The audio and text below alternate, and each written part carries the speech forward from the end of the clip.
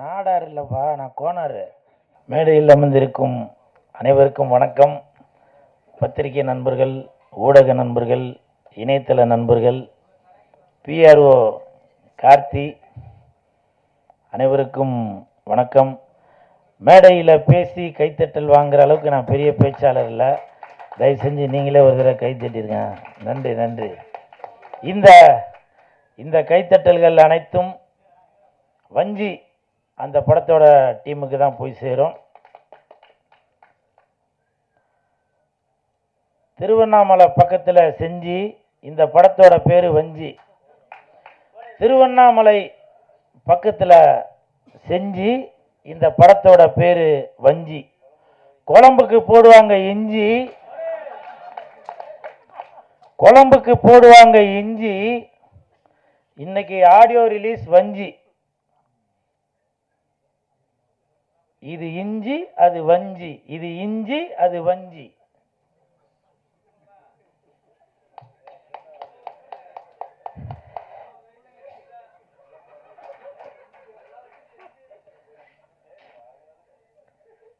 வஞ்சி அந்த படத்தோட தயாரிப்பாளர் விமலா ராஜநாயகம் அவர்களுக்கு என் மனமார்ந்த வாழ்த்துக்கள். மேடம், நீங்கள் 3 படம் தயாரித்து கதை சொன்னீங்க. 4வது படத்தில் என்ன தான் கதாநாயகனாக போட போகிறதா வெளியில் சொன்னீங்க. அது உண்மைதானே? அது மேடம் உண்மையா? இல்லை எதோ சொல்லிட்டாங்க, இருந்தாலும் நான் வெயிட் பண்ணி பார்க்குறேன். உங்களுக்கு மனமார்ந்த வாழ்த்துக்கள். ஏன்னா என்னுடைய அடுத்த படத்தோட தயாரிப்பாளர் விமலா ராஜநாயகம் அவங்களுக்கு கண்டிப்பாக இந்த படம் மிகப்பெரிய வெற்றி அடையணும். ஏன்னா அப்போ தான் அடுத்த படத்தில் எனக்கு வாய்ப்பு கிடைக்கும். அதே மாதிரி ராஜநாயகம் சார், ஓ சூப்பர், ராஜநாயகம் சார் குங்ஃபு கலைஞர், ஆமாம் சூப்பர், வாழ்த்துக்கள். நல்லா நடிச்சிருந்தீங்க, உங்களுக்கு மனமார்ந்த வாழ்த்துக்கள். ராஜேஷ் சார் அவங்க இயக்கி கதாநாயகன் நடிச்சிருந்தீங்க, சூப்பர். இங்கே நிறையா பேர் கேரளா தான் இருக்கிறாங்கல்ல, எல்லாம் சக்கப்பழம், புட்டு, கொண்டக்கடலை, ஸோ அதுதான் ஞாபகம் வருது. ஸோ எடிட்ரு கூட கேரளா தானே எடிட்ரு? ஆமாம், எல்லாருமே. ஸோ அந்த ஹோல் டீமுக்கும் மனமார்ந்த வாழ்த்துக்கள். மியூசிக் டைரக்டர் நல்லா சூப்பராக மியூசிக் பண்ணியிருக்கீங்க சார், வாழ்த்துக்கள். முக்கியமாக அந்த குத்து டான்ஸு, அது லிரிக் யார் சார் எழுதுனது?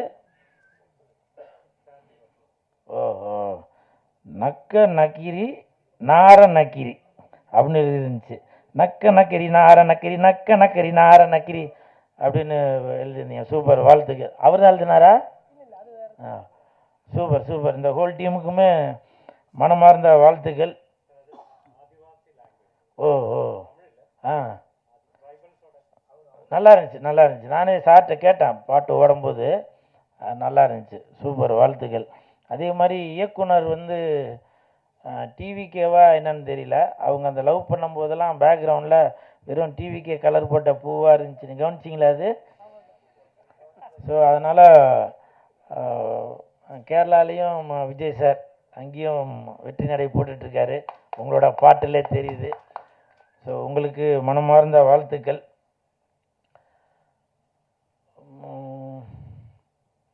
இப்போ சமீபத்தில் பாக்கியராஜ் சார் அவங்க இறந்துட்டாங்க. அவருடைய மறைவுக்கு நான் முருங்கைக்காய் எடுத்துகிட்டு போயிருந்தேன். அது பயங்கர விமர்சனம் ஆச்சு. எனக்கு மனசு கேட்காம பாக்கியராஜ் சாரோட மகன்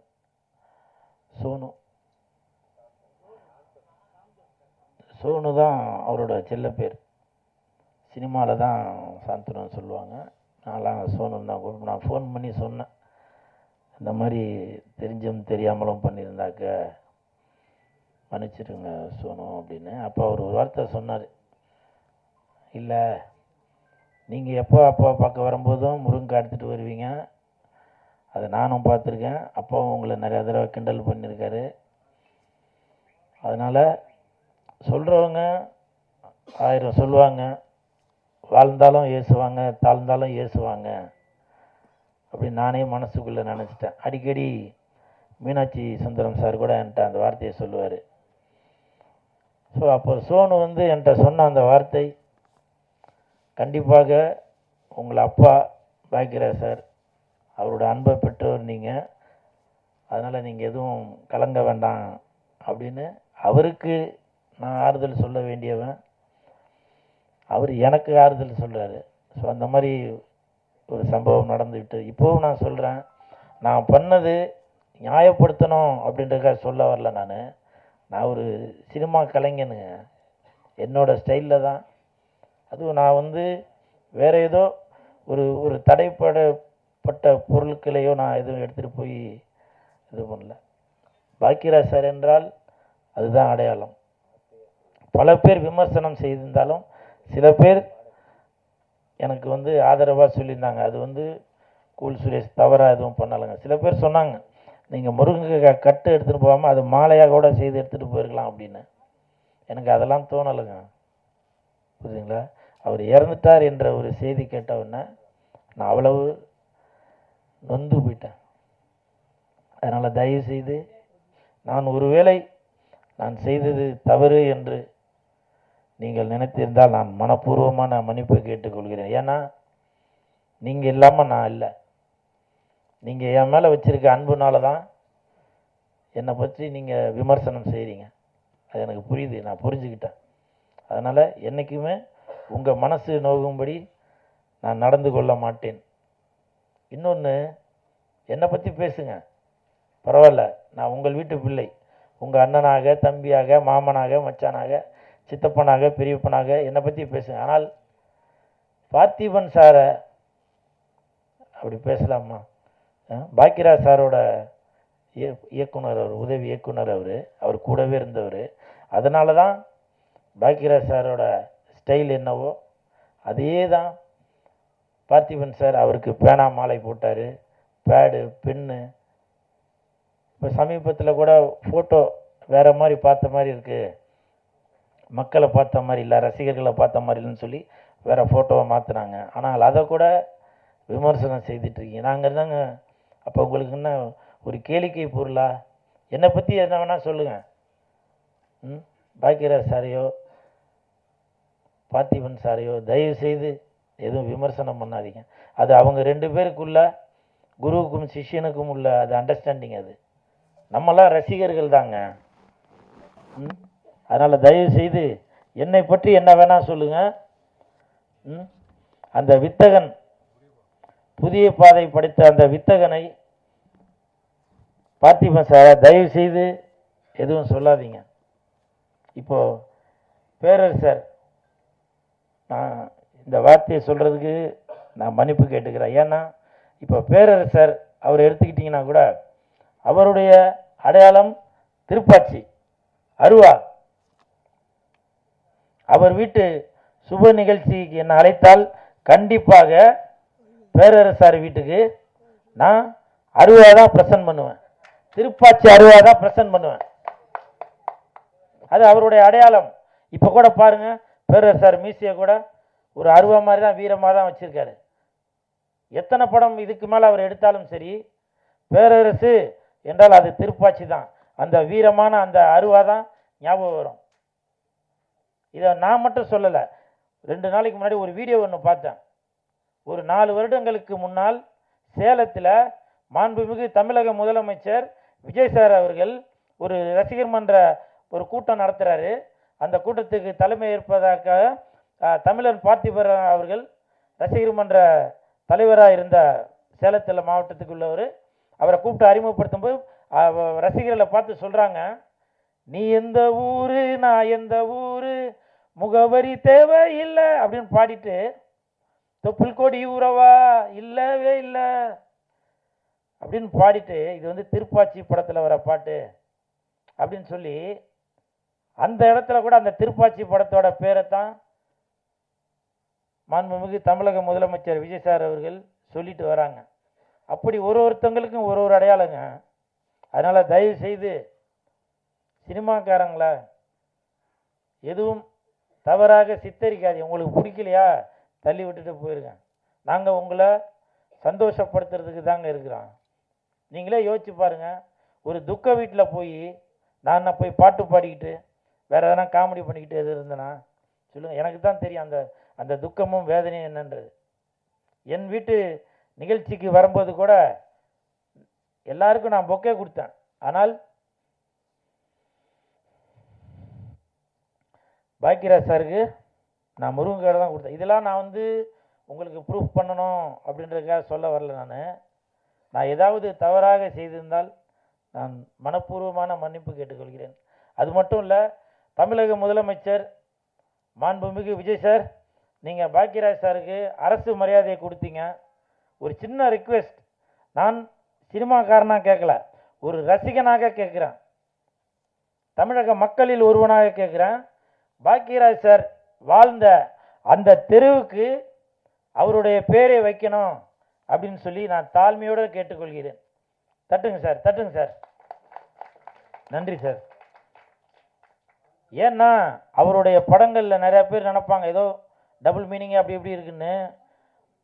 படத்தில் நடக்கிறது மட்டும் இல்லைங்க, நிஜ வாழ்க்கையில் நம்ம என்னென்ன செய்து கொண்டு இருக்கிறோமோ, ஒரு குடும்பத்தில் என்னென்ன நடக்குதோ அதை அப்படியே அப்பட்டமாக மக்களுக்கு வெளிக்கொண்டவர் தான் பாக்கியராஜ் சார் அவர்கள். அதனால் இந்த குடும்பங்கள் கொண்டாடும் பாக்கியராஜ் சாரை, தமிழகத்திற்கு பெருமை சேர்த்த பாக்கியராஜ் சாரை மாண்புமிகு தமிழக முதலமைச்சர் விஜய் சார் அவர்கள் பாக்கியராஜ் சார் வாழ்ந்த அந்த தெருவுக்கு அவரோட பேர் வைக்கணும்னு ரசிகர்கள் ஒருவனாக நான் தாழ்மையுடன் கேட்டுக்கொள்கிறேன்.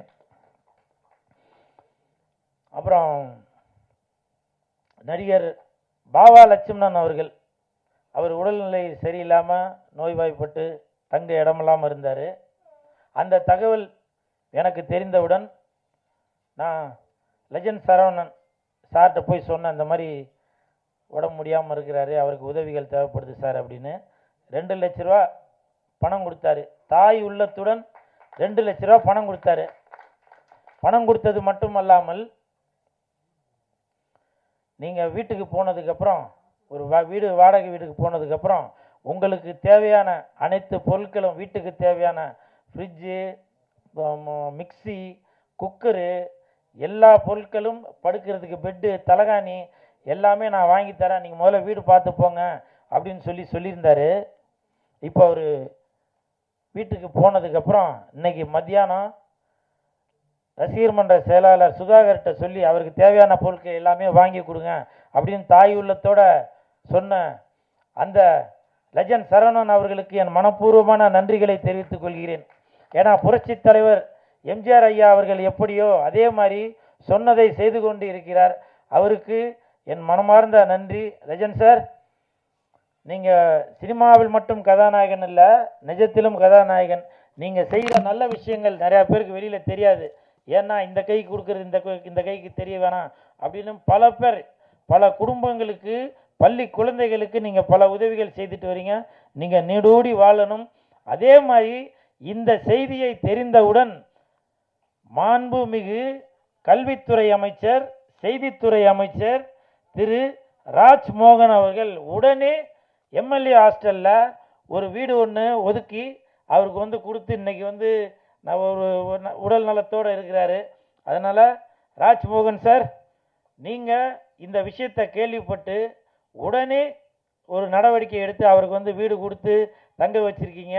இதுதான் நான் இப்போவும் நினைக்கிறேன், ஒரு நல்ல அமைச்சரைத்தான் தமிழக மக்கள் தேர்ந்தெடுத்திருக்காங்க. ஒரு நல்ல அமைச்சருக்குத்தான் சரியான பதவியை மாண்புமிகு தமிழக முதலமைச்சர் விஜய் சார் அவர்கள் கொடுத்திருக்காங்க என்பதை நான் இந்த நேரத்தில் பெருமைப்பட்டுக்கிறேன். அது மட்டும் இல்லை, பாவா லட்சுமணன் அவர்களுக்கு உதவி செய்த அனைவருக்குமே நான் இந்த நேரத்தில் நடிகர்கள் சார்பாக மனப்பூர்வமான நன்றியை தெரிவித்துக் கொள்கிறேன்.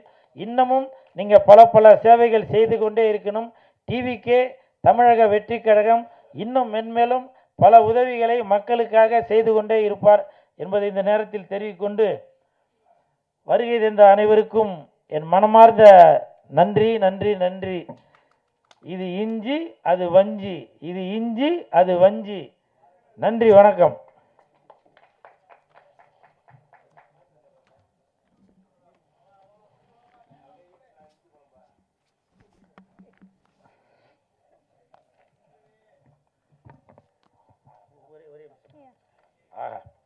தம்பி இசக்கி ராஜா, தம்பி இசக்கி ராஜா அவர்கள், நான் என்னங்க பெரிய பேச்சாளர், தம்பி சும்மா பீரங்கி, சும்மா நிறைய வார்த்தை என் காதிலே விழலை. காரணம் என்ன தெரியுங்களா? உங்களுடைய ஆதங்கம் அப்படியே வெளியில் படுது. தயவு செய்து ராஜா அவர்கள் சொன்ன மாதிரி தயாரிப்பாளர்களுக்கு என்னென்ன வாழ வைக்க வேண்டிய என்னென்ன இருக்கோ அது எல்லாமே என் உடன்பிறவா சகோதரர் பீரங்கி பேச்சாளர் இசக்கி ராஜா அவர்களுக்கு நான் வழிமொழிகிறேன். நீங்கள் என்ன செய்யணும்னு சொல்லுங்க. என் தம்பிக்கு பக்க துணையாக தம்பி உடையான் படைக்கு அஞ்சான் அப்படின்ற மாதிரி உங்களுக்கு என்ன பண்ணணும்னு சொல்லுங்க. என்னுடைய 2 கண்களை கொடுத்தாது உங்களுக்கு நான் உதவி செய்வேன். ஓகே, நன்றி, வணக்கம்.